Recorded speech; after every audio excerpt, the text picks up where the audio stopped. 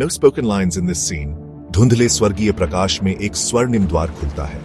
अंदर एक दिव्य संसार है जहां शांति और सुंदरता का वास है। एक शक्तिशाली योद्धा सुनहरे कवच में धीरे धीरे आगे बढ़ता है। उसकी आंखों में चमक और हृदय में साहस भरा है। देवदूत उसके रास्ते में झुकते हैं और एक गहरी गूंजती हुई आवाज सुनाई देती है। योद्धा, तुम्हें सत्य की खोज में जाना होगा, लेकिन याद रखना, जो एक बार नीचे उतरता है वह कभी पहले जैसा नहीं रहता। योद्धा सिर झुकाता है और जैसे ही वह कदम बढ़ाता है, जमीन उसके नीचे से गायब हो जाती है। वह अचानक एक अंधेरे खड्ड में गिरने लगता है। यह कैसा संसार है? क्या यह सत्य का मार्ग है या एक छलावा? आकाश नीला से बैंगनी, फिर काला होने लगता है। चमकते सितारे धुंधले हो जाते हैं और बादलों की जगह धुएं और राख की परतें ले लेती हैं। योद्धा तेजी से गिरता है। उसकी आंखों में विस्मय और भय है, लेकिन वह खुद को संभालता है। हाथ में उसकी ज्वलंत तलवार चमक उठती है। जैसे ही वह भूमि पर गिरता है, जमीन कांपने लगती है। उसके चारों ओर विशाल जले हुए खंडहर हैं। हवा में गंधक और राख घुली हुई है। सामने एक विशाल काले पत्थरों का बना द्वार है, जिस पर खून से कुछ लिखा हुआ है।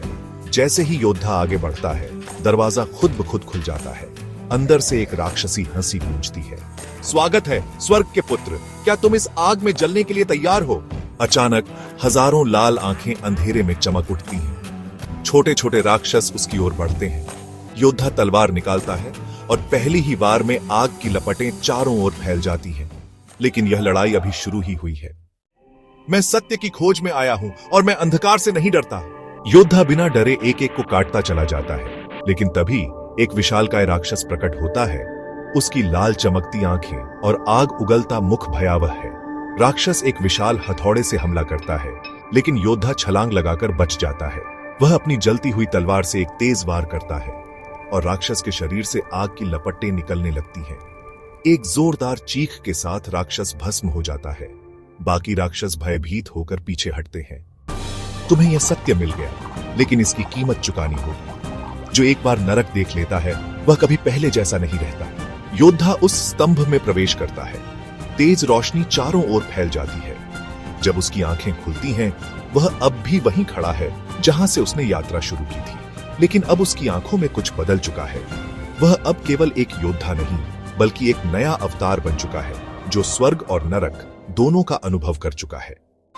कैमरा धीरे धीरे ऊपर जाता है।